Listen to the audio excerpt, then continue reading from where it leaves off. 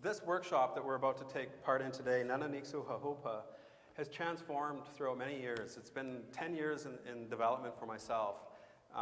It started with me being in post-secondary at Malaspina and coming up with some of the original concepts of what we're going to be going through today, and developing it and redeveloping it and changing it almost completely and then bringing it back to where it started, and it's really created a life of its own.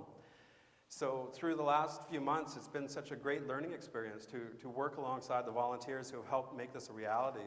And the learning process has been so dynamic and so rich and magical that it's something that I'm very grateful that it's not coming to an end. Otherwise, it would be emotional for me, because we've really bonded very closely together as a group, the people who have coordinated this. And we've had great teachers come in and share teachings with us, such as Elder Alan Dick, who sat with us for an afternoon and shared his life story with us and answered our questions and helped us out when we were developing certain parts of our presentation. So we've been very grateful for the support that we've received and the support from the community and from all of you. This response that we got is tremendous. We didn't know how many people to expect when we first started putting the idea together. Our numbers were a lot lower than what you see today for expectations. So you guys have helped us surpass those expectations. And there's so many people who wanted to be here today but weren't able to for other reasons. And there probably would have been double this amount if we could accommodate to everybody's schedule. So just that response from all of you means so much to us, because that's what we wanted to do here. Part is we want to share cultural understandings of the nuuchahnulth way of life. We're going to explore the traditional aspects of nuuchahnulth way of life and lead it up to contemporary times. But we also wanted to give an opportunity to network and to get to know each other more. And we all have a common interest. All of us that are here today have a common interest in having that hunger and that desire to learn more and know more and share more about the nuuchahnulth way of life and the nuuchahnulth culture. So I'd like to thank all of you for being here today and sharing this moment with us, because without you, it would just be a small group of us.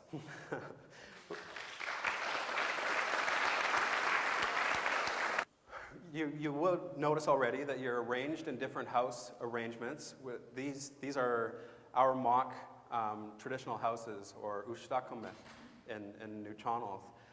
So each house is represented differently here, and each of you play a role within that house. So throughout the day, you're going to be participating in some capacity through the roles that you're wearing or that you have on your chairs. And some of you will have a little bit more involvement with the materials that were already on your chairs or near your chairs. And those will be further explored as the time comes in the presentation. So what we have is we'll start with nuuchahnulth creation. And before the creation of human people in the nuuchahnulth worldview or cosmology, there was a world that existed in our mythology of an animal world, similar to the performance that you seen the children doing earlier. There were animal beings that were human-like, that had human characteristics, and we learned our lessons from these animal beings. So before the arrival of human beings, there was the animal people. And so a lot of our himwitsa, our teaching stories, involve animals, especially Koashin, who is our trickster. Koashin is the raven, and he tends to mimic or copy people and try to do things that other people are doing, but he learns the hard way that he needs to be an individual and that he needs to do things that he's best at and what his strengths are. So he teaches us a lot of moral teachings in the stories that we have. And then there's a tushmit, or son of deer, who teaches us of, for example, how a tushmit got the first fire from the wolf people, and rather than using strength or intelligence or wisdom, a tushmit went in and did a performance for the wolf people who had the first fire and jumped over the fire and came running back to the first people and brought the fire to us. So he used different skills to be able to acquire something that nobody else could. So we have these different animal characters that have taught us our teachings throughout our years. So there's a creation before our creation, but the creation of our people really starts with Nas, or the creator, who is above all the overall entity that governs over our territories and has created who we are. The first people started with a first woman and a first man. So Nisayachlim is the first woman, and her name translates to Sky Day. And Nasliatu is the first man, and his name translates to Day Dawn. So Nas, creator, is also the word for day in our language. It has such an integral part into who we are on a daily basis. So we would, in the traditional times, have begun our day with a family ritual, with a family spiritual ceremony. Each of your houses would have had a separate place where they went to usmich, where they would have went to a prayer pool and cleansed first thing in the morning at daybreak, and made a connection with Nas and made a connection with the Creator early on in the day to start the day off properly. And that was common ritual for every single day. So every family had their specific spot where they would go, and they had shared a prayer similar to the one that the children did earlier today for us. So you would cleanse yourself in the water throughout the whole year. And this process would generally take place from the new moon to the full moon, because the moon's strength, we were tied to it spiritually. So the new moon to the full moon, the moon was growing and its strength was growing. So we would do our spiritual ceremonies at that time as well. Our creation, and here specifically in Seshat territory, throughout our planning process for this, we've been very careful to ensure that we get as much Seshat influence and guidance in this workshop as we can, because there's differences throughout the nuuchahnulth territories. And since we're on Seshat territory, we wanted to honor some of the teachings that were shared with us, and we wanted to be able to begin that process of sharing. So this creation story is my rendition of the Seshat creation story. So it starts with the first woman and the first man, and the first woman was the first one to awake. And when she awoke, she seen a shaman grabbing blood that was cut from an old man, and he created, the old man blew on the blood and created the first man. So she was the first one that was awake and seen the first man created. From this point, from the first two people, we have the first siblings, we have the first family that was created. And you have to bear in mind that these were different times spiritually. So this family, similar to other creation stories, created who we are as nuuchahnulth. So they had offspring, the eldest son, and for today's sake, we have 5 siblings. So you'll notice that these colors correspond with your house colors. So the eldest son, and this original structure of a family is one that has perpetuated through thousands of years, if not thousands of generations, and has continued to exist till this day. So we're going to explore this original family structure. We're going to explore these structures that we have right here and see what the effects have been over the last couple of hundred years through the point of contact and through colonization. So through the entire day, we're going to walk through that, and we're going to be part of the reenactment of that process. So the first siblings, our haahuupa, our haahuupa, our chiefs of each house have a direct lineage connection to these original siblings. So that gives them a blood right to the role that they have. It gives them a birthright to the ownership and to the chieftainship over the traditional territories that they have, so long as they remain within those traditional territories. So in nuuchahnulth territory, it's a patriarchal structure where it passed on paternally through the father's side. So the eldest son of the eldest son in a chief's family would claim the chieftainship in a house. So the first longhouse, each of these families would be structured in a house very similar to these, into a longhouse system, and all of the family would live within the same house, and they would provide for one another. The lineage coming from the eldest sibling, tracing back to the origin stories, would be the haahuupa. So maybe what we'll do is we'll do a round of introductions of our characters. So if we could have the haahuupa of this house stand. The haahuupa is the head hereditary chief of the whole nation. This is the person who has the strongest connection, tracing back to the original siblings and a connection to the Creator. So this would be the head chief of the whole nation here. Thank you. And the rest of the chiefs of the houses, if you could please identify yourselves as well. So you would be the sub-chiefs. You would have a direct lineage to the other siblings. And so what would happen traditionally? The first family was created, and the Seshat territory was at current-day Nettle Island in that area. And the family grew. And it grew large enough where portions of the family were removed. Okay, thank you, you can be seated. The portions of the family moved off to another location that was close by. So they created a new house. And then that house grew, or the other house kept growing, and then they created a new house, and so on. Or else other people from the outside would come as well, after floods, or after different things, or after warfare, and a new house would be created. So it gets to the point where you have multiple houses, like we see here today in our reenactment. The next character roles that we have are the haahuupa. If you could all identify yourselves by standing from your houses. The haahuupa roughly translates to queen. It's a woman of royalty. She would be the daughter of a hereditary chief. She would be the wife of a chief, of a house chief, or another hereditary chief from a neighboring nation. So she played a very integral role. The female spirituality was very interconnected to our wailing ceremonies, and so the role of the haahuupa was as a leader amongst the women. So thank you very much. The next role is a speaker. So if all the speakers of the houses could please stand and be recognized. The speaker played an important role during public functions. The speaker spoke on behalf of their haahuupa, or their haahuupa. They were the people who the chief didn't acknowledge or speak on their own behalf. They had a person who specifically did that for them. They would have a very strong connection with their chief from birth.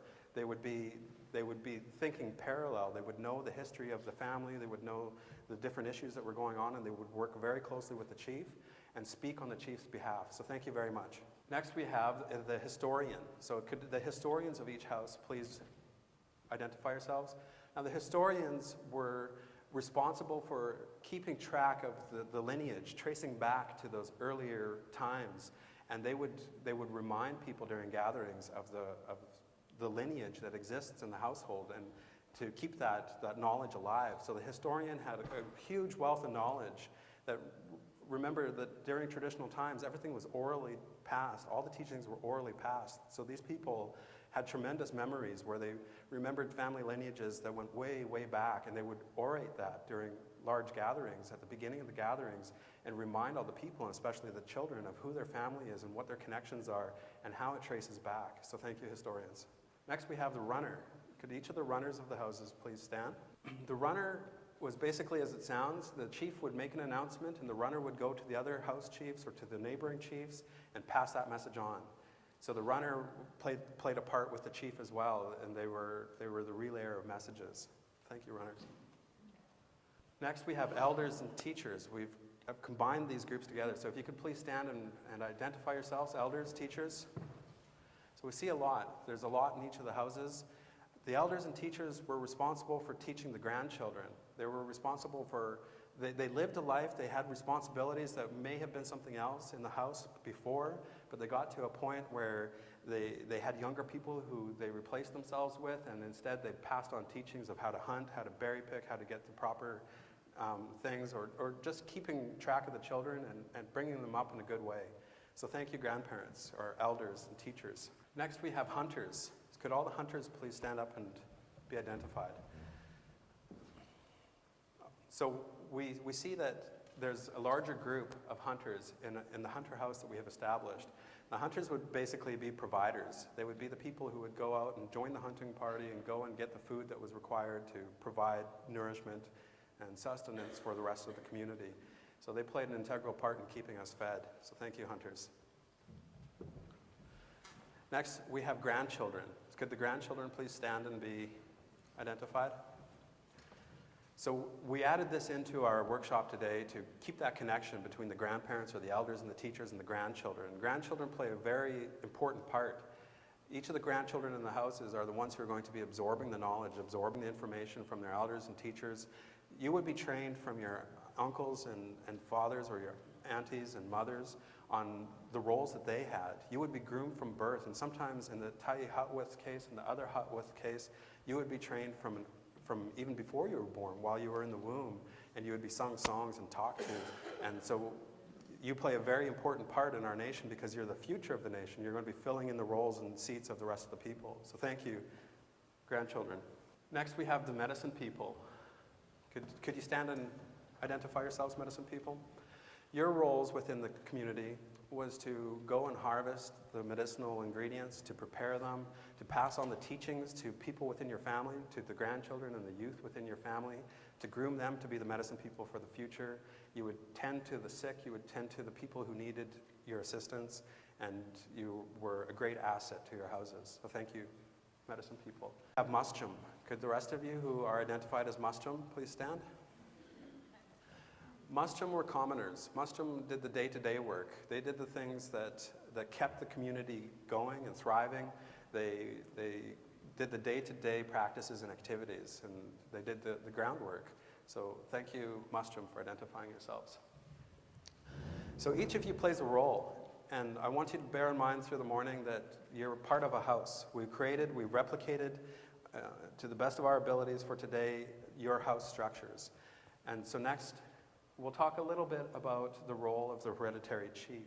So the Tyee haahuupa is here in this house, has ownership over the haahuupa. Haahuupa is the traditional territory that is that birthright that is awarded to this family because of that lineage, that connection, that first claim to the territory. So it remains within this family lineage. So we have a picture here of an example of a piece of territory on the west coast. So the other haahuupa, the other chiefs of the houses, they maintain land use rights within this haahuupa, within the traditional territory, as long as they're connected to the Tyee haahuupa of this house.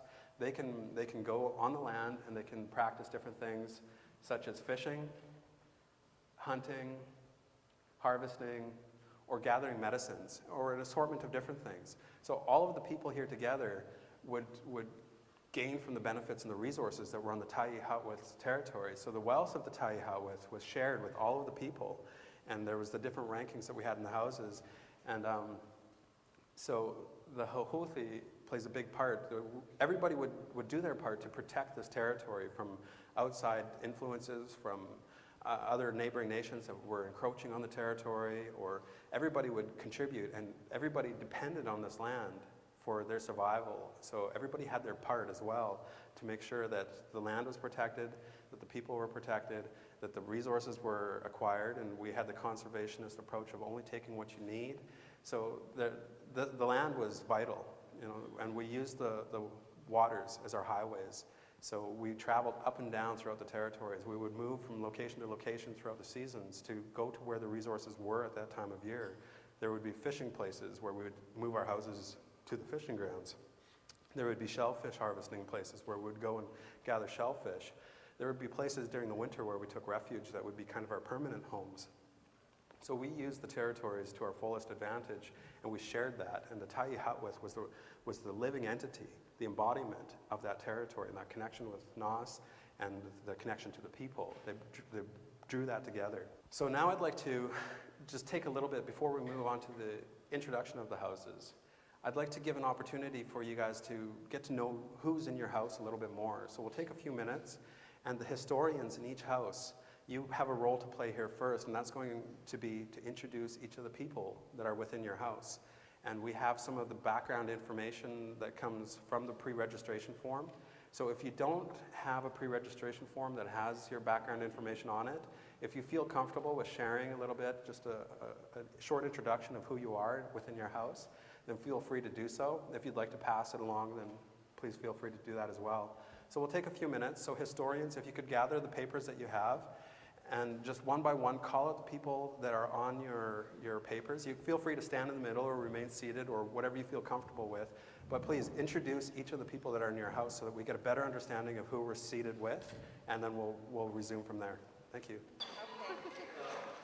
Nicole is with the Early Childhood Education Program at Rampanen Naasathluk, and they lived in Nananiqsu. Okay, Ruth. Father's name is Ken Sam. Grandmom's name is Jillian Fletcher. My dad's name is Dasher. Your mother's from Nanaimo? My mother was born in Nanaimo, raised in Vancouver, and I was born From Bihaw, from the health unit, and father's name was Don Warren. His parents were William and Edith Warren, and they're from England. On the mother's side, your mother's name was Doreen Warren. Her parents were Andrew McKechnie and Agnes McKechnie, and they were from England also. This is a family support worker at the Early Years Program at Health Unit. And Vera's father's name was Ezra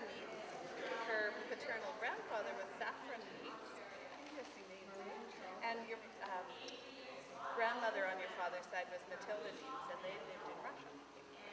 Yeah, really?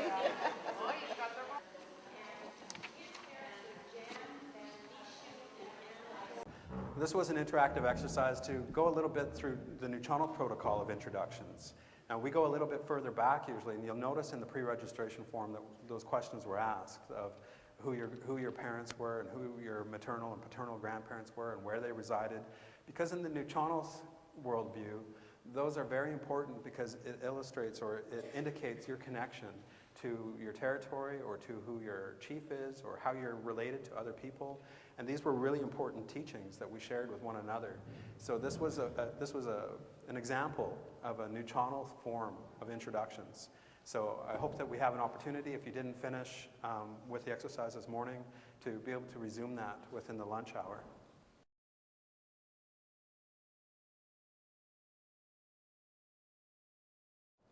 So we'll move on with house introductions.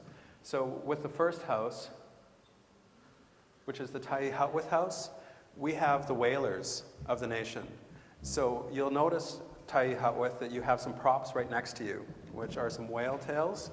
If you could have somebody from your house, your runner perhaps, bring one of those to each of the other houses, that is going to be our symbolic way of showing your gift that you bring to the nation. So feel free to have that gift passed along. And for the rest of your houses, please recognize that the red house here is the whaling house. It's also the haahuupa house. It's the head hereditary chief. These people received treatment like royalty in traditional times and even in contemporary times. The people from this house have the strongest lineage that traces back, as we mentioned earlier. So they have the sort of honorable, or the creator-given, I guess, abilities to be able to capture whales. And the whale was so large that it could feed the whole nation for a very long time. So that act in itself was a way of the haahuupa giving back. Does it matter who receives the whale? No, it's all right. Just as long as it's in the center, that will be fine. So next, I'd like to introduce the greenhouse, which is the canoe builders. Haahuupa from the greenhouse. You'll notice that you have canoe props as part of your house. Could you please have your runner bring one of those to each of the other houses? This family would take pride in the craftsmanship and the quality of the canoes that they build. As I mentioned earlier, we touched on a little bit that the waterways were our highways in nuuchahnulth territory. And there was many waterways along the coast of Vancouver Island, so we traveled everywhere. We had different types of canoes. We had smaller canoes ranging up to huge canoes that served different purposes for seal hunting or whaling or transportation, or smaller canoes just for quicker travel. So this family in this house is your canoe builders. They're the ones who take pride, and their teachings are passed on. What I neglected to mention with the haahuupa is that the role of the haahuupa and the role of each of these people would be passed on to the children at birth, and it would remain in this house. Your medicinal teachings from your medicine people would be remaining within this house and passed on to your descendants. Same with the canoe builders. Your abilities to be able to craft the finest canoes in this territory, you would pass those teachings on to the rest of your family as well, and that would be a family sort of not a secret, but it would be a family trait that would be passed along. So next we have the yellow house, which are the warriors, and you'll notice that there are no props there, but you were the protection of the nation, of the haahuupa. If for any reason you were called upon for action, you would be the house who prepared warriors to be able to, for those times of conflict. You would also protect against other elements or other natural things that may have occurred. Basically, you were the first line of defense for all of our people here. So perhaps rather than using a prop, what we decided to do is if you could just show your fists, and that's the protection that you have for the rest of the nation. These are the people that you all would depend on for your protection. So thank you, Warrior House. The white is the hunters. Haahuupa of the White House, you'll notice that you have some bows and arrows, or sorry, I think it's just bows, right next to your chair. If you could have your runner please bring one of those to each of the other houses. This family took pride in their ability to hunt. Now, it started off at an early age again during a belly button ceremony that we did, which we'll go into a little bit more detail in a little bit. But these traits, the child's umbilical cord would be buried, and certain objects would be buried with that child's umbilical cord to guide them through the rest of their life. So this family probably would have taken part in a ritual that involved some sort of hunting equipment buried with that child's umbilical cord to make them into a great hunter. They also had other hidden talents and secrets that remained within their house to be able to make them the hunters that they are. And they could provide the most. They provided enough for their own house and their own family, and enough probably for the rest of the nation. But there was other hunters within each of your houses as well, and they would go to that house and they would be trained as hunters by those people. And last but not least, we have the blue house, which are the cedar weavers. Not only weavers, but also cedar craft makers. Cedar was integral to our way of life. So haahuupa, you'll notice that you have some cedar objects that are located in your house. If you could please have a runner bring some of the cedar objects to each of the houses and share some of the talents that you have. Cedar was used on a daily basis. These people manufactured almost everything that we used on a daily basis, from our food vessels to our floor mats to our clothing, you name it. Almost all of our products were made out of cedar, cedar bark, cedar wood, and these people were very crafted in that ability to be able to turn cedar bark into a very soft fiber, so it was almost like cloth, to be able to turn a tree into a house, or to really fabricate the things that we needed on a daily basis. So these people specialized in that ability to take cedar and to create it into the things that we needed on a day-to-day basis. So we've used these examples for today's workshop. Now, in the traditional context for nuuchahnulth people, there would have been a lot of other different traits, and perhaps there would have been other families that were attached. If your family was larger than what you see here, you would have had another house that was right next to yours, but they all were part of the same house structure.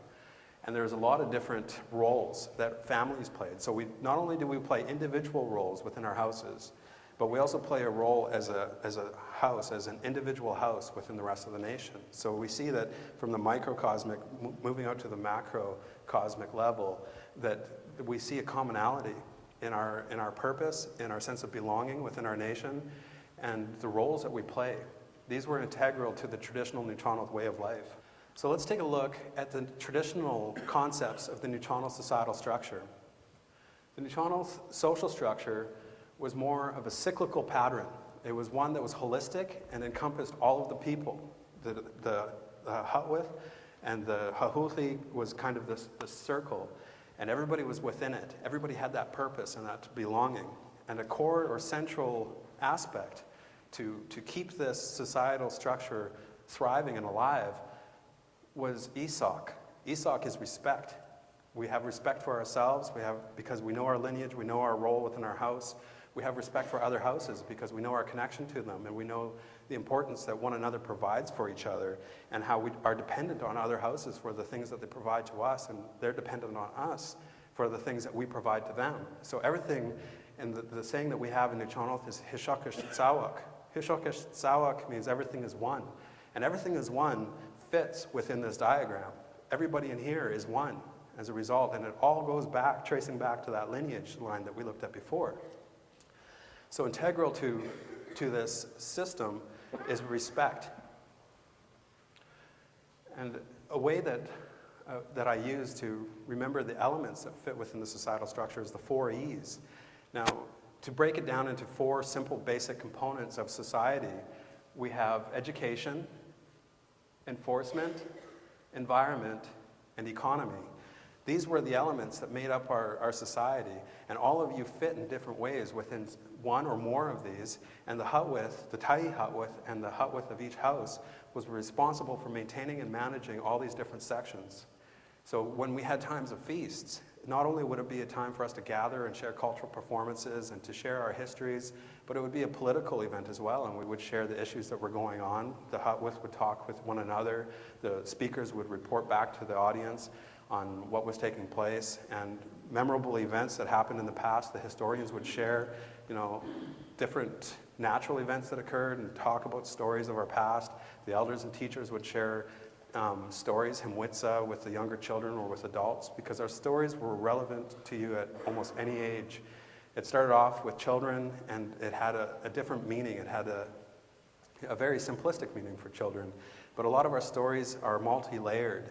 So when you go through different life stages, it has different purpose and different significance on you. It has an impact on you in a different way, much like a favorite story that you have or a movie that you can watch over and over, and you always get something else out of it. That was similar to our himwitsa. There was always these different issues and these different hidden gems that were there, and our elders and our teachers were brilliant at orating that and sharing that and being able to go further each time with the story. Even though we had a lot of repetition within our training, there was always these differences, different things that you would learn along the way. So when we're looking at nuuchahnulth territory, we're really speaking about the west coast of Vancouver Island, a little bit of northern Washington, which is the Makah, who are also nuuchahnulth people, and this is traditional nuuchahnulth territory. So for the arrangement today, your part would fit within here somewhere. So we can see the different place names for different, there's over a dozen nuuchahnulth territories throughout nuuchahnulth nations throughout nuuchahnulth territory. And each of them would have a structure that was similar to this. And each of the haahuupa would know and have a connection, and there would probably be intermarriages and alliances as a result from one haahuupa family to another neighboring haahuupa family, and so on and so forth. The sub-chiefs would probably marry into other nations as well and to other sub-chief families. And that's how we developed these alliances and these connections with one another. And then our family lineages spread throughout this whole region here. So maybe I'll take a little bit just to talk about the life stages of nuuchahnulth people. And it differed a little bit depending if you were male or female, but there was a lot of commonalities as well. It started off with birth. It started off with or even before birth, as I mentioned earlier, and how your teachings and training would be passed on to you, and you would become that person that your family knew that you were going to be and wanted you to be, and help mold you into that person right from day one. So life started with a ceremony called imatuthla, and imatuthla is a belly button ceremony. It's a ceremony that recognizes the child and your family and helps provide them guidance and strength from your family. So a child, when they were born and the belly button fell off, the imatuthla would take place, and they would receive their name, which would usually be a name that came from the family lineage, that had a connection to ancestors, so that they were basically a reincarnation. They would come back to life as a new being. They would carry that name with them. So the imatuthla ceremony, a child would be recognized, and there would be about 10 couples that would be invited to this ceremony. And if it was a haahuupa house, it would probably be larger than that. There would be not only people from their own nation, but people from other nations as well. If it was a sub-chief house, more than likely it would just be the family within that house structure. So the way that the ceremony went is that at least 10 couples would be invited, and they would be witnesses to the ceremony. Not only would they be witnesses, but they would be protectors. They would be guides throughout the rest of the life for that child. And they would share words. They would pass the child around, and they would introduce themselves to that child, and they would speak their name, and they would share some of their own teachings or words or love or whatever affection that they wanted to show to that child. In a lot of cases, it would be a lullaby that would be sung to that child, and they'd be passed around from couple to couple, and a lullaby would be sung to that young newborn. So that newborn child was surrounded with the love of their family and the people that their parents wanted to gather there to ensure that they're on track for the rest of their life. And these people who were part of the process, they would be gifted, first of all, with the food that they received during the ceremony, as well as the mats that they sat on and the food vessels that they used. They would be gifted with those things as a payment for taking part in the process, and also as a payment for being there for the child as they developed and matured into an adult. So the imatuthla ceremony was basically an introduction into our world, and when you were a newborn, and the family would talk about what this child was going to be. They would give a name to that child that indicated that same thing. They would look for characteristics in this newborn that resembled ancestors, and the historians or the elders would study the child for a little while and determine that this is who this person is. And they would name that person, and that from that day forward would mark where the rest of their life was headed, and that family would help them with where they were going. So it was really, family played a really huge role right from day one in your life. So I just have some pictures here that are more for visuals, just to give you an idea of what some of the houses looked like along the West Coast. So all of the pictures that you'll be seeing today come from West Coast Vancouver Island, from Nuuchahnulth territory. They're pictures that have been borrowed from BC archives, and they're just used as illustration to be able to give you a bit more of a visual or mental image of what the houses would have really looked like. So inside the houses, you can see, that a lot had taken place. The food preparation and preservation and would be taking place within our house, and they would be a little bit smaller than this hall that we're in right now. In some cases, it may have been just as large. So the fire pit in the middle would be used for the warmth and for the light and for many different things. The families slept in different sections. Cedar mats were used to sit on and to eat off. And so cedar, as I mentioned, was a huge part. These houses would be made primarily out of cedar, out of large cedar planks and poles that sometimes would be dismantled and moved to different sections. As we mentioned earlier about different harvesting grounds and different areas that families would go to in different times of the year. So the Imatutla ceremony, to return to the life stages, was the first ceremony that recognized the Nuuchahnulth person and introduced them and invited them into this world and welcomed them into this world. A second ceremony that was of equal importance was the Extutla, or the coming of age ceremony. So the Imatutla was similar for a boy or a girl. They would receive that same reception, that same welcoming, that same ceremony from their family. The only differences might be from the ranking of your house. But the Extutla, the same thing occurred. It was more, the coming of age for a woman, for a young woman, when she reached puberty, there would be ceremonies, there would be rituals that were held from within the family. So a young woman who came of age, her mother and her aunts would have a place to take her, and that would usually be on a mountain or in a secluded place that was used for many generations. They would take that young woman there and indoctrinate her, and they would teach her about what her role as a woman was and what to expect throughout the rest of her life, and to prepare her for some of these things and to share their teachings with her. So they would usually go for about 4 days and take her to the secluded spot, and the rest of the men in her house, or if it was from a Haahuupa house, there'd probably be men from other houses who would go and provide the food and different things that those women needed while they had the young women out there.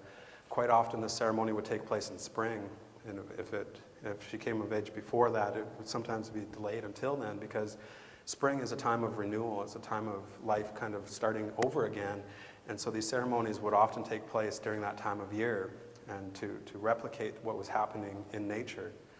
So the Extutla, the coming of age ceremony, had a huge significance on young women. Not only that, but if the young woman came from a family that was from the Hutwith family in the house, or from the Hutwith especially, there would be a tupati. There would be these different rights that were given to the young woman, so that when she grew up and became a woman and married off to another family, that she would carry those. She would hold on to those and have rights to the territory as well. So there was a lot of respect, and she was viewed as a princess or a queen, and when she was married off, that meant that there was a political allegiance between different nations. Her role was huge as a result, just as who she was. So starting from Imatutla, there would be arranged marriages in a lot of cases, and children that were born around the same time previously would be arranged. And so by this point, when we're looking at the coming of age ceremony, they were getting prepared now for the next stage in their life, which would be marriage. So during her coming of age ceremony, after the women came back down or came away from the secluded spot with her and did their training and teachings with her, they would have a feast for her. And at this feast, she would be given protectors. She would be provided protectors from her house, and they would usually, especially from a higher ranking family, be the strongest or most able-bodied people to be there to protect and watch over her throughout the rest of her life, and to ensure that no harm comes upon her, and to ensure that she has the things in life that she needs, and that she's not veering far off from where her mothers and aunts and the rest of her family want her to be. So she would be provided 4 protectors at the ceremony, and the protectors would speak at the ceremony and be part of this process for the rest of her life. And the protectors would also perform some form of a physical feat or any sort of a mental feat or something that would be a challenge for her future husband. So these protectors would devise what it was going to be, and for a young woman who had a lot of different rights that she held on to from her family, these protectors would devise even, more challenging tasks, running up different mountains or physical endurance tests or gathering some sort of materials that were difficult to find, like certain feathers, or they would come up with whatever it was the challenge for that future husband was going to be at the time of her coming of age ceremony. So it was a really big part in a young woman's life.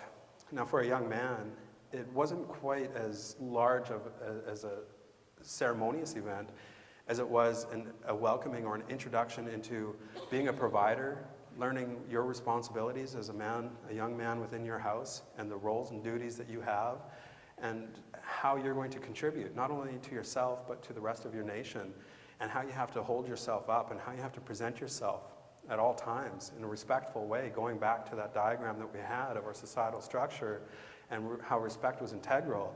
A young man was part of that process, and they would fit in different roles. But the young man would also be taken out for a few days from their father or uncles or other people. And they would be either left on their own, depending, like different families had different formats that they used.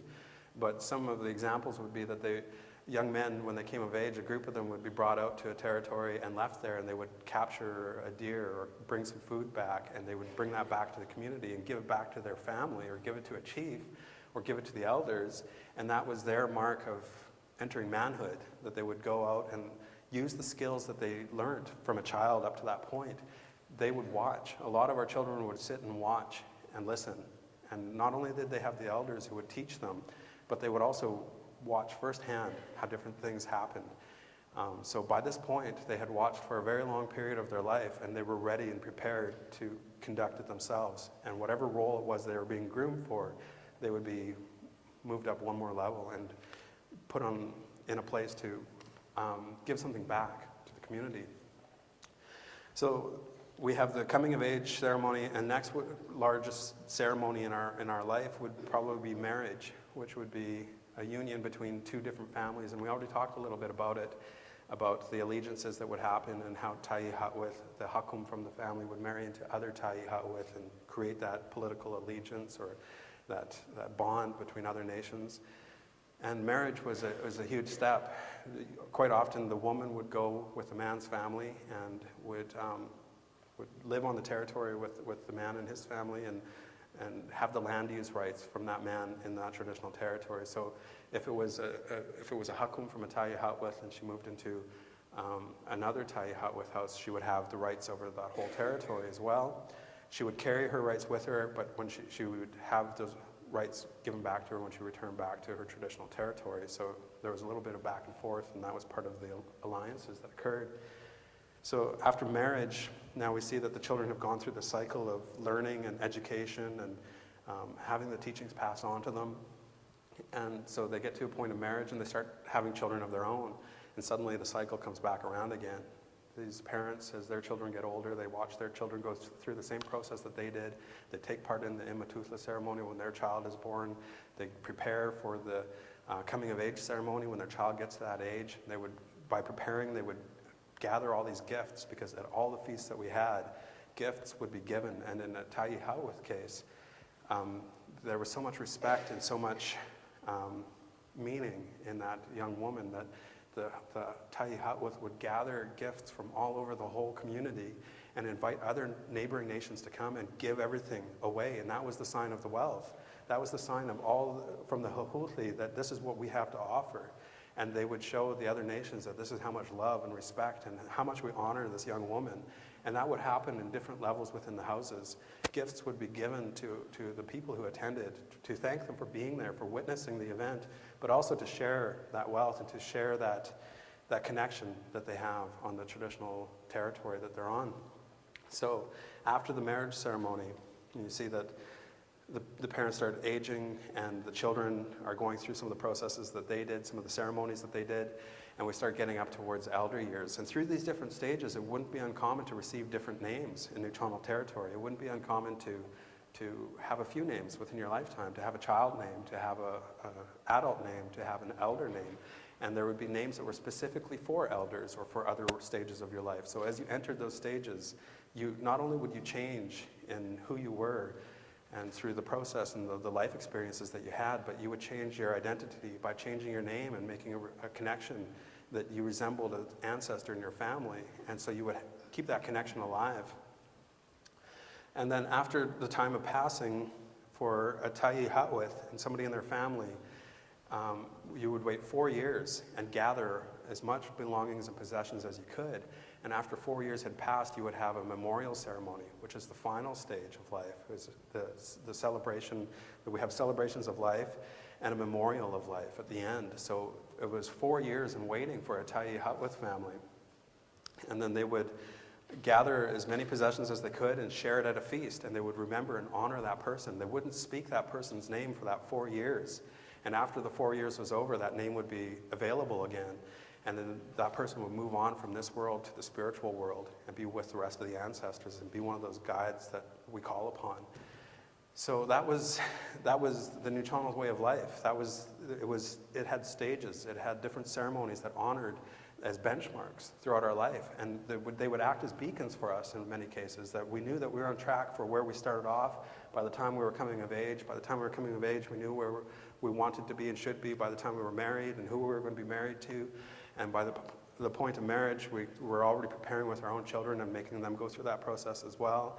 And so it was a cyclical aspect to it, and that's the diagram that we've seen earlier. The teachings were constantly passed on and reborn, especially from grandparents to grandchildren, passed from the grandparents to the grandchildren. And as that child grew and developed and became a grandparent themselves, they would do the same thing that their grandparents did, and it would be a never-ending cycle that went like that.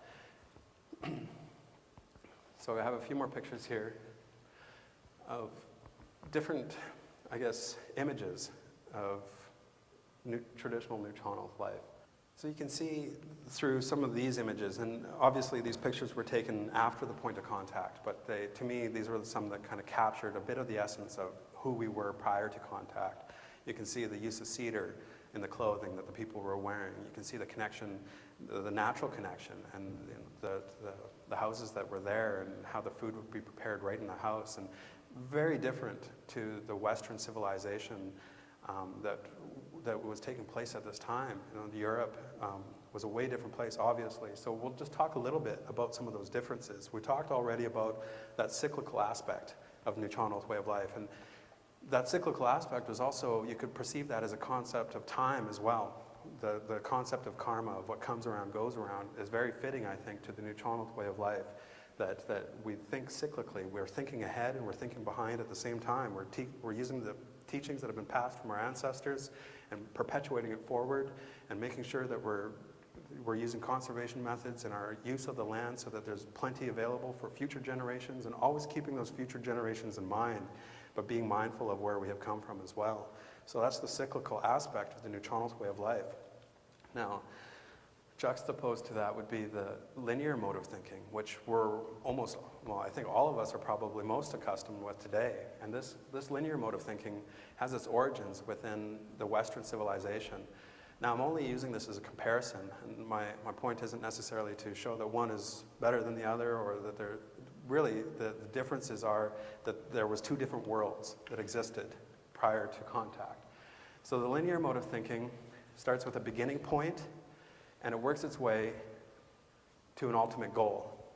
It's very much what it sounds like. It's just kind of moving straight forward from a beginning point to the end.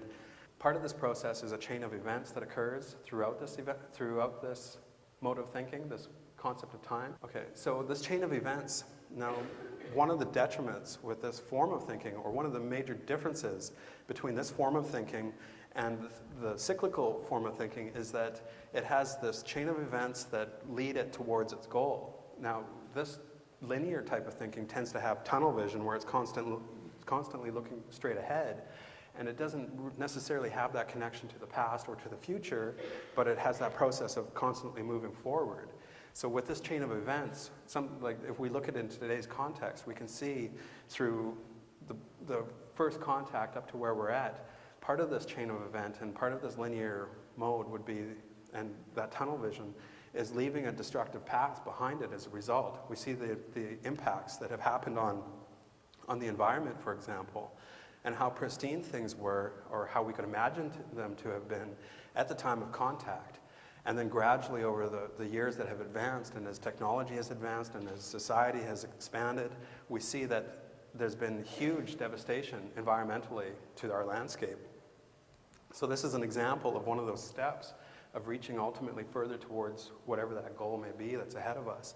So this is a different form of thinking, and this was one that was introduced after the point of European contact. So with the Western civilization system of structure, rather than the cyclical concept, it was more of a pyramid structure. Now at the top of the pyramid, we have the ruling class, the elite. And during the time of contact, it would have been, the church would have had a huge amount of the power at the top. There would be kings, different kingdoms throughout Europe that were at the top of this power structure.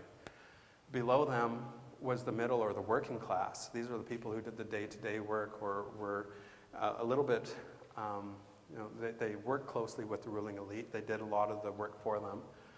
And below them, we have the lower class or the poor. And in feudal times, it would have been serfs, peasants, or the working poor who do the dirty work, or do the tilling of the land, and don't get much back in return for the work that they're doing. So this structure was established a long time ago, and at the same time that our structure here, the holistic structure, was being established here in nuuchahnulth territory. This structure was being established for countless centuries in different European nations. When we look at the structure, a couple of things that stick out for me is that usually at the top of this structure, of this pyramid of power, it's a patriarchal structure, and that's going back to the kingdoms and to the church being involved with being part of the ruling elite. Quite often it would be male figures that were the ruling elite, and in reality that's not too different from what we see today. This is a concept that has been introduced and has very much so taken over that cyclical concept that was established by nuuchahnulth and other indigenous peoples. And so at part of its root, it's a patriarchal structure that is maintained by men. Now, if we were to fast forward a little bit and to think of where indigenous people would fit on this diagram, my assumption would be that it would be somewhere along the bottom, part of the poor. And that's, we've seen this. We've seen this in different First Nations communities, and how there's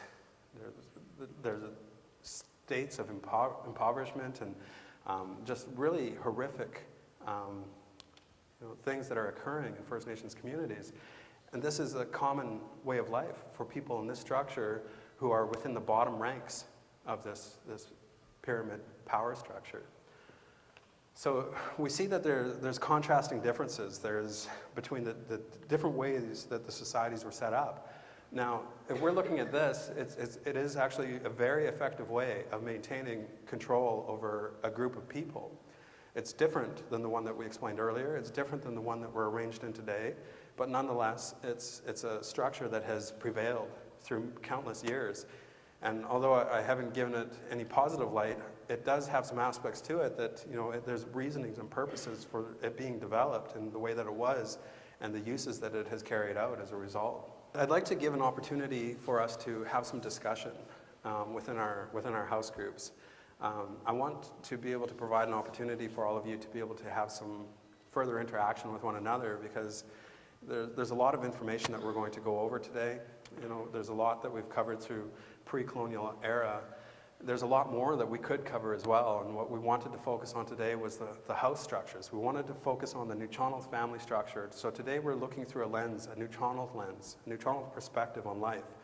We could explore many different perspectives, and perhaps those are for future dates for us to gather and to look at and ask different questions and look at it from a different perspective, look at it from different angles. But today it's from that nuuchahnulth perspective. So some of the differences, again, that existed, in nuuchahnulth society before the arrival, before contact, there was virtually no diseases. The resources were plentiful. It was almost completely inhabited by wildlife and by trees and shrubs. And, life was very abundant in nuuchahnulth territory. as well with nuuchahnulth people. There was a huge amount of nuuchahnulth people that lived along the coast, and they had this harmonious relationship that was established over countless centuries with the environment.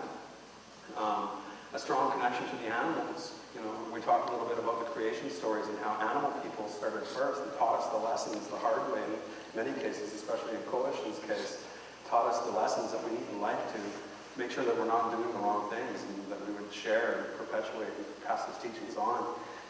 So the way that nuuchahnulth life was, it wasn't, you know, it's a bit romanticized to look at and think that there was no problems, that there wasn't any conflicts. There was definitely those. There was slavery, there was warfare, there was famine that would occur from time to time. There were things that would be hindrances and obstacles. But as our family structures, we managed to find ways to overcome those things. And it was through our family togetherness, it was through our house structures that we maintained who we were, and we maintained our connection, and we passed those teachings on. Very opposite to that, if we look in European history, we notice that prior to European contact, which occurred here in 1774, there was a large movement of urbanization that was occurring in the large metropoles of London and Paris and different places where a lot of those rural communities, those poor people who were working out on the farms, were moving into the larger cities because, one, the resources were becoming depleted, and two, there was more services and things that were available in larger cities. So by this point, before European contact here in nuuchahnulth territories, there was a lot of people gathering together closely in European cities. And some of the results of that, without being properly prepared, without the cities being prepared to take on that role as becoming a much larger megacity, there was unhealthy conditions that thrived as a result, and diseases became more abundant as different people traveled to different regions, and different people from those regions started gathering together and started spreading diseases.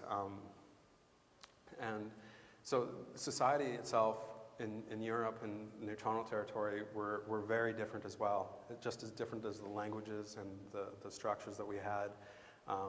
So at that time, European nations and kingdoms were seeking out resources from other places to help fuel the system that they had in place, which will bring us up later to that point of contact and the reason for further explorations throughout the world, that it was discovered wasn't flat but was round and had other people in other places.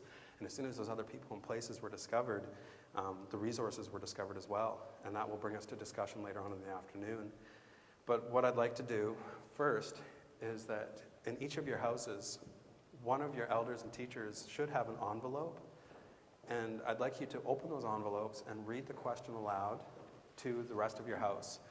And if you want to move a little bit closer to one another so you can hear each other better, or if you feel free to move around a little bit, but we'll have the elders, teachers read off that question, and I would encourage you to engage in some dialogue on it for a little while before lunch.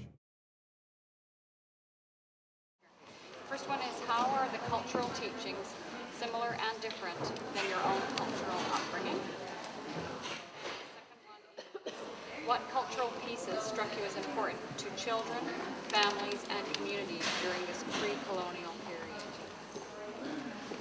I'm trying to find some bridges between my upbringing and what John was speaking about, and I thought of the belly button set. I thought, what a wonderful thing to do to gather people together for the sole purpose to shower love on your infant. I guess many of us have that vision in baptisms, and I know that in many ways the only time my family ever really gets together in church is to welcome them. So I was thinking we were lacking in culture. I'm sitting here thinking, oh gosh, they do But so a shower much. is just the women. There's no men No, I've involved. been to guy-girl showers now where they're Yes, including yeah. the men because Right. it's a celebration of Yes. of all. Like if the But guys that's are getting probably outed, a right? change, right? Yes. That's a huge change, Yes. because traditionally there were No, it's all girls. It's more Yeah. seems to be now a family It's a party. celebration than for the baby. And a lot of the differences are, like with ours, we have the baby shower. You're putting gifts, giving gifts and everything. And so far from what I've learned in school, with the belly button ceremony, it's more of each couples coming in, putting on role, almost like a godparent in our culture, but isn't that how it works, where each of the couples kind of says, I'm going to help be responsible for the child, so it's a little a gift itself rather than a gift of material. I think it was mentioned that the family with the infant gave gifts to the people that attended, so it was an appreciation all over reverse, yeah. Yeah, I just attended a wedding. I never appreciated that. As opposed. Yeah, I think so.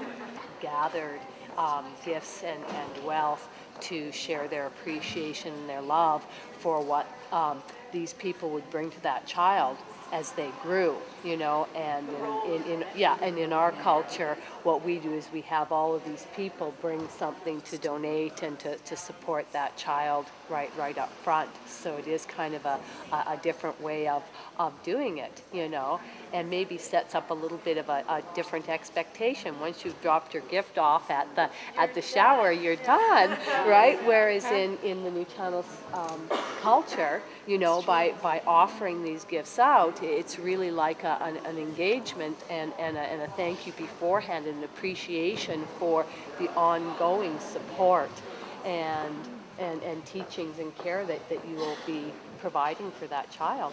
So they're also, you know, interconnected within their community. Like for us, I just find, you know, we might have someone from the mainland come in or somebody from the mainland. We probably don't see each other very often. So that feeling responsible for helping support that family and child is just it's just different for us, right? If we all lived in Port Alberni, you'd probably have more contact and more support from your own family and friends. So in a way, like you say, giving a gift to the family is almost like saying, it's nice you have a baby and we're really happy for you, now I'm going home, you know?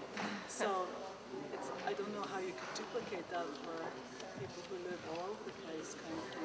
And that's what really struck me was that connection to something. I know a lot of people I deal with have no connection to anything. And there's that connection and the consistency of reciprocal. It happened, my parents did it, I will do it, my children will do it. And that connection and consistency is a real anchor. And looking at this group of people, there were people who are like, I don't know who my grandparents are, right? And they would never have that. They know their aunt, and all the aunts and uncles are also considered like your second mother, so they all always have that solid connection to way back. They know their great grandparents. But one of her culture to their family, where they belong. And with a solid base you can build. If that base doesn't go where it is. Yeah, in regards to the second question, what the traditional colonization lifestyle did was give the children such a strong identity. Because the closer you were to the white man, the better you were. So that's the type of thing you grew up with, you know. But at the village level, I know the African has a way of, it takes a village to raise a child. And that's what happened. I know in our little villages, that's what happened. My wife came from the port of Spain, which is the city. I came from a place called Oro Pooch. Oro means gold and Pooch means pouch of gold. I didn't get it anyhow. But I was from the country, and that is a conflict that happens between us. When she comes down, when I go home to visit my people, it's Oro Pooch, I belong to that village. I still belong to that village. I have to go and speak to everybody, the grannies. They're all part of mine. And there's where she gets annoyed with me, because coming from the city, they don't know too many people in the city. So when I come to Oro Pooch, I have to go to Mr. So-and-so, and I, you know, and she, how come you're staying so long with people? And so that's the differences I find. The whole thing was cultural and economic. One of the things when my wife came, she came in 1961, when she came to Montreal, she said, I spent about 10 minutes looking at a white man doing garbage work. Because in our concept, white people don't do garbage work. You know, everywhere we are in Trinidad, automatically a white person is doing the upper class, you know. But, you know, so that's, it took some adjustment and was quite good, you know, that we're here. But I really admire the natives' situation, you know, how they grew up. And now I realize that what has been destroyed, you know, rather than understanding how the people are, I think there is a white superiority. And I can speak to you people, I'm not against, you know. I sort of feel that white people feel automatically superior to others. You know, they are uncivilized, and therefore we can treat them anyway, or they have to learn from us. We get that type of thing. Okay, so that's my contribution on this. Differences, which always strikes me as being very profound, and that's the incredible honoring of children and the recognition and honoring of women. And it's not that the roles, you know, it's not gender equality. That isn't even a concept. It's like the honoring of gender difference and the honoring of each role that each gender has, you know. And that is just engenders such a feeling of sadness for what our young people don't get. It's just such a foreign concept. I've worked internationally for many years, so I've gone back and forth in my roles. I just came back from working in Africa in a newly freed area where, as a white person, I was made to feel inferior in the sense that I don't understand the culture well enough to speak up, and I was constantly pounded. So it was a good experience to be put in the other role. But I think what we can probably agree on in many senses that this circular model with mutual respect has so many deep significance and values that we see in almost all the indigenous cultures, like you were saying, for each your home culture, and I've seen it in many different places that I've worked. And I think that what we really need to realize is how can we go back to that? How can those of us who've had it stripped from us? My own family, like the family that came from Ukraine, they had some of those same structures still remaining despite their European heritage, but in coming here, a lot of that was stripped away from them. And the value was not even respected. My own children grew up for 7 years. They lived in a village in India, and then recently, as adults, have gone back to that. They were born there and lived there. Going back to that, they've realized all the value that's in that community, and how walking in seemingly as strangers, they were immediately recognized and sat down and told stories and stories and stories and stories about their early years. And they didn't hardly understand what was happening to them because they were just sucked into this other culture that they were part of and had forgotten. So I think part of this process has to be, how do we recognize the value in that and come together? And so it's not only First Nations, but it's all of our First Nations roots. Second World War, displacement and refugee camps of Western Europe. And my parents were displaced from Ukraine because of the war, and they were forced to come and work in Germany or were in POW camps or whatever.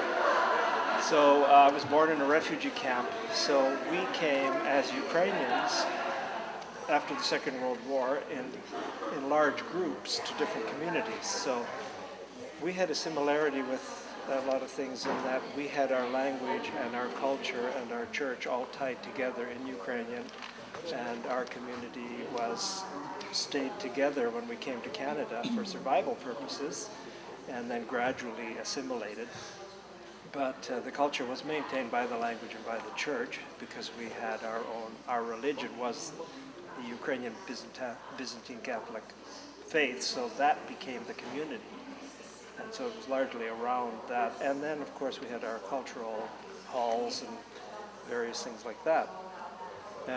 So there was a connect with the cultural community, but there was a great disconnect with the family, because I, for one, didn't ever know my grandparents. And my mother was displaced at age 18 and had to work in Germany on the farms after the war. And so she never went back to Ukraine, and she never saw her parents again, or her sisters.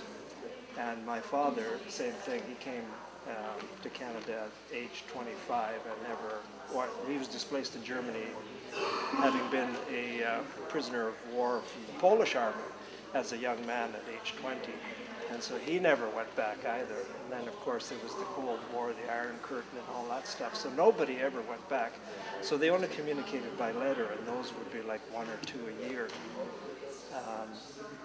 So there was a great disconnect in the family, and that has had repercussions. So there is a great similarity in many ways with the residential school, great disconnect with the loss of language, and that way in the sense that there was, a family disconnect in many ways that had to then come back again. From what I've learned so far is it seems that in the Aboriginal culture, it seems like things were more taught by example, whereas it seems like we're instructed and spoke to. It's more structured, and I think that the other way is a lot more flexible.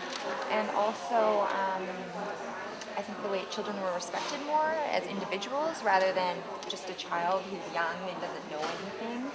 So I think that that's a really nice way to teach them. I think the fact that everybody was looked after.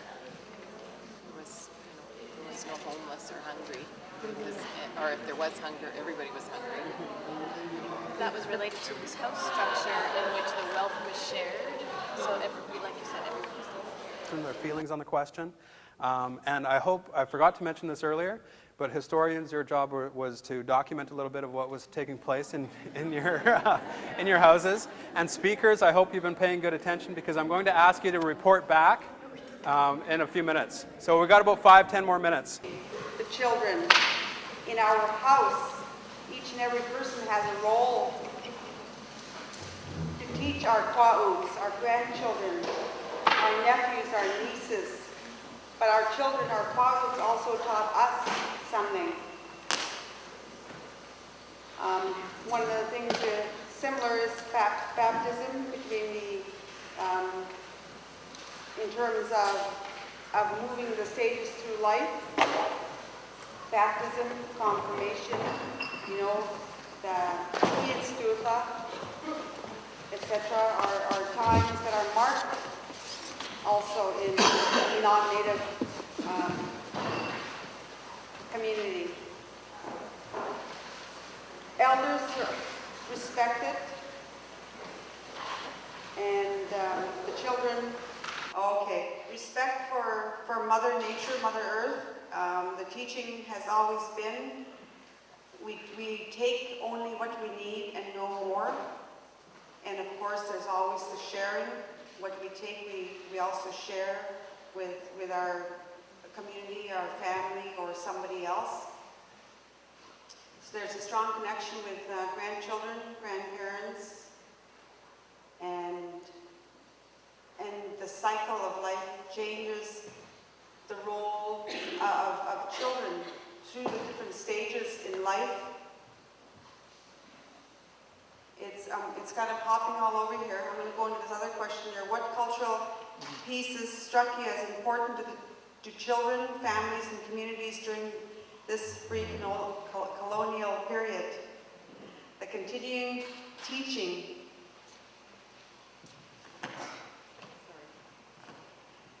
of children maintaining sense of pride, brought up to be respectful, not only to respectful to everything, and to your family, it's going in and out, to your community, to your environment, and there's always a sharing of when I say wealth, when I think about wealth, we all are wealthy in one way or another. We all have a gift.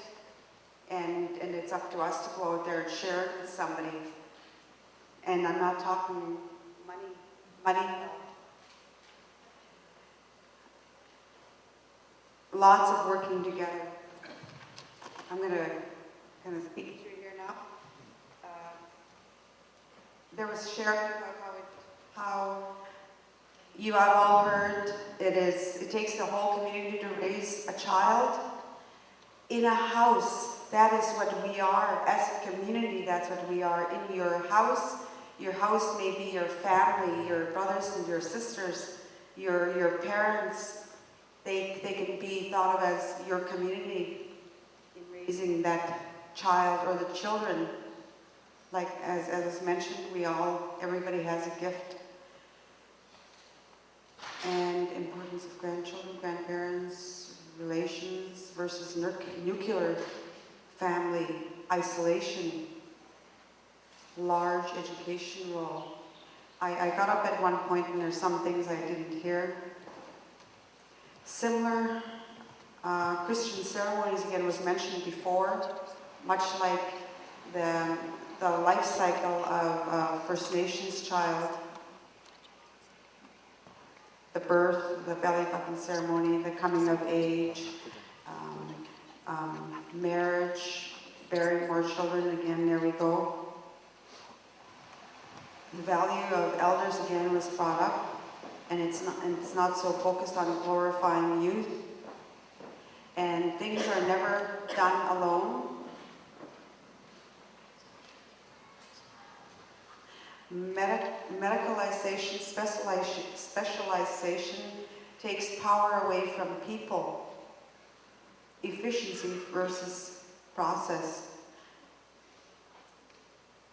Limitations, roles attributed at birth, arranged marriages, etc. And presence of people in important times, and recognizing not always a time to talk, but just to be true. How about a round of applause for our first speaker?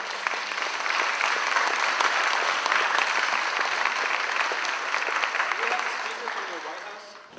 First of all, thank you to the group that I'm sitting with for having done this. Thank you to Diane Meba. The first question, how are the cultural teachings similar and different from yours? The belly button ceremony, similar to baptism in the Western world,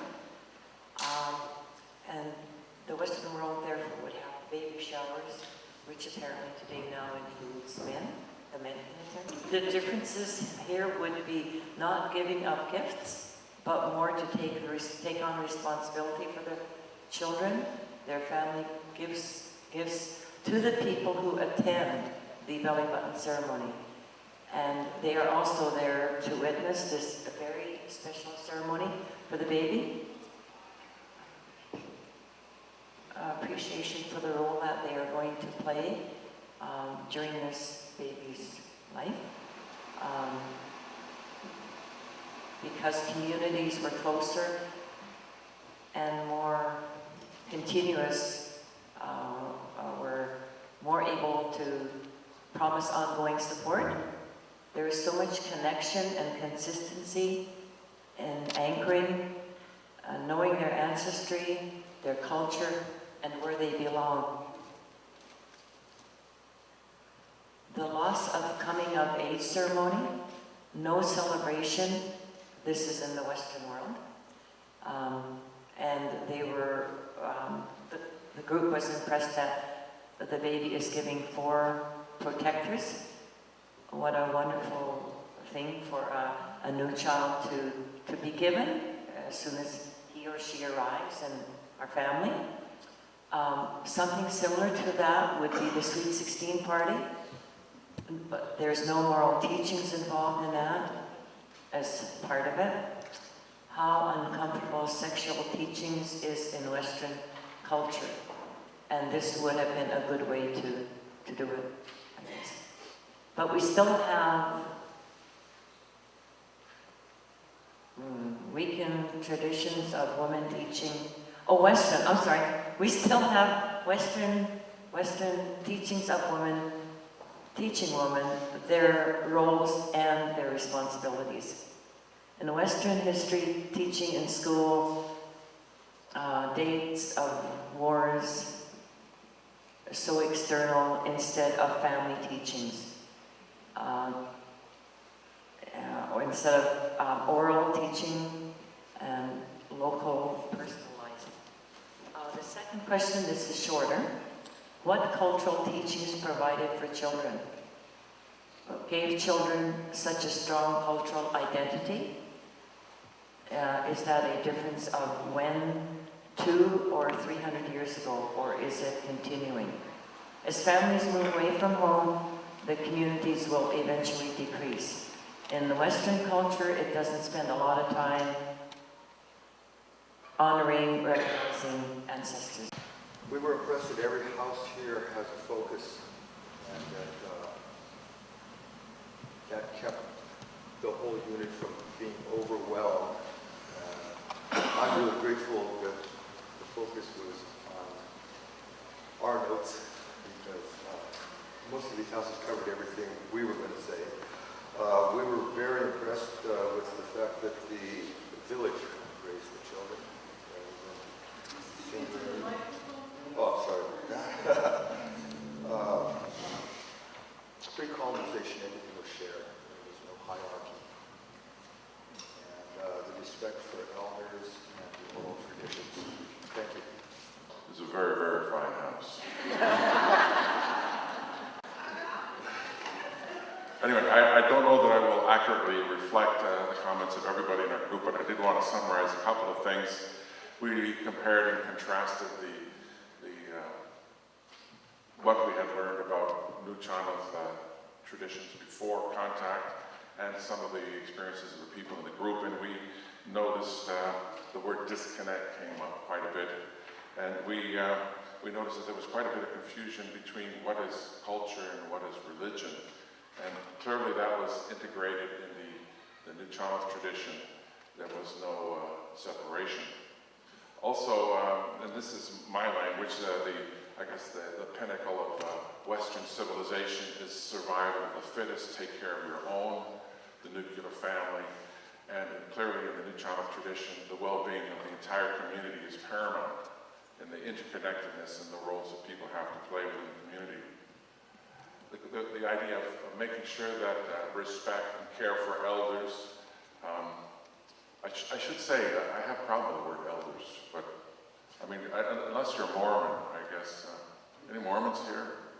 I think Mormons, that's a word that's loaded with, I guess, connotation around rising up in a church. But for me, anyway, I know that the word here on the West Coast is eichim, which means old people, and it's this problem with use of language for me. Anyway, that's my problem. I suppose I shouldn't inflict that debate here. Anyway, there were a number of, around the teachings of older people, and how, in fact, that exercise was very important for a number of people in our group when they had to find out about who their grandparents, who their ancestors are, and how, in fact, they know so little about their ancestors. And in fact, it was an essential responsibility for everyone in the nuuchahnulth community to know who they are, who are their ancestors back as many generations as possible. I guess just to wrap up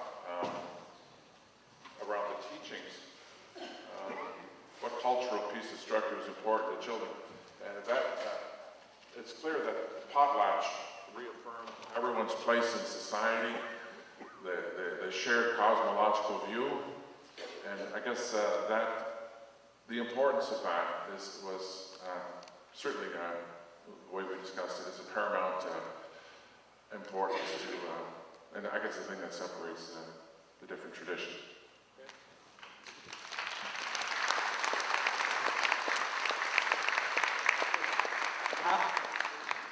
Could we get the speaker from the White House to come up here, please? Siem Nasiea, Siem Nasalquain, Heitzepka, Siem Tanatsna, Chalatzat, Heitzepka, Nuuchahnulth, Mustimuk, Nuuchahnulth, Kamuch, Heitzepka, Siem. I chose the role of speaker in my house because my Coast Salish name means speaker. So we spent a lot of time in our house talking about how the traditional practices of the Nuuchahnulth are destroyed due to colonization. So we spent a lot of time having that discussion about comparing those traditional teachings with the ways of the modern world. We also talked about how grandparents were very important to other aspects of the culture of the different cultural groups that were in our house, and how they kind of lost that now as their children have to travel for work. And we kind of compared that to the traditional worldview where your role was within your community, within your house, and that was your work. And in today's culture, Western culture, children move very far away from their families, and they use getting a job to legitimize removing themselves from their families and their communities.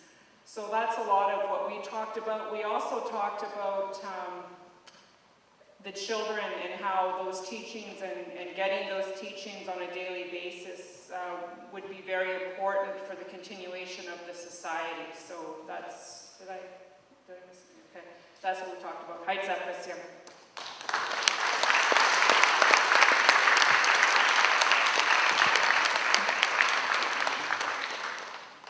All right, so lunch is ready. So we'd like to encourage you to stay within your house structures that you're in. And we'd ask for the runners of each of the houses to grab cutlery for each of the members of your house. And you'll be helped once you go over to the back section over here where the cutlery is. And also for the mustrum and the hunters of your house, could you please get plates of food, which will be available in the back corner in the staff room. Could you please grab plates for the rest of your houses? And then feel free to engage in dialogue or whatever you want.